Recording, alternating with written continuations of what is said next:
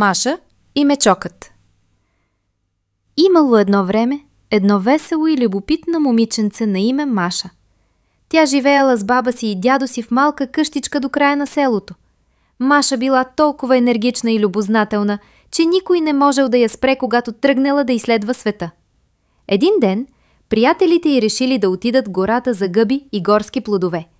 Маша също искала да дойде, макар баба й да я предупредила. Маша, не се отделя от другите и внимавай. Гората е голяма и можеш да се изгубиш. Но както често се случвало, любопитството надделяло.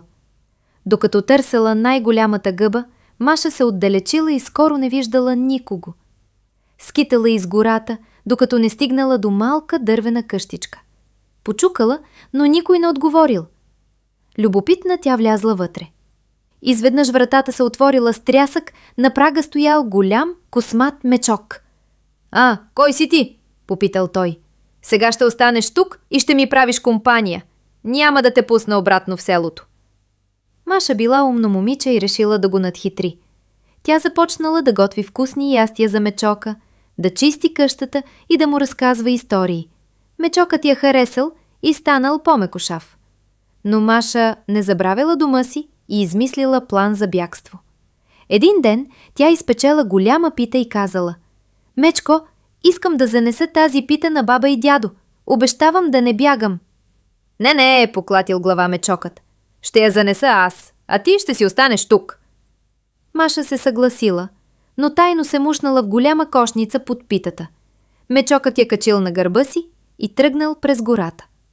По пътя се уморил и искал да седне да си почине. Но от кошницата се чул глас: «Не сядай, Мечко, питата ще се счупи». Мечокът продължил. Опитал се да открие питата, но гласът отново го спирал. Така стигнал чак до къщата на баба и дядо, оставил кошницата и си тръгнал. Когато старците я отворили, Маша изскочила и радостно ги прегърнала. От тогава тя вече знаела, че трябва да внимава къде се губи. Но пък никога не е забравила как надхитрила големия мечок.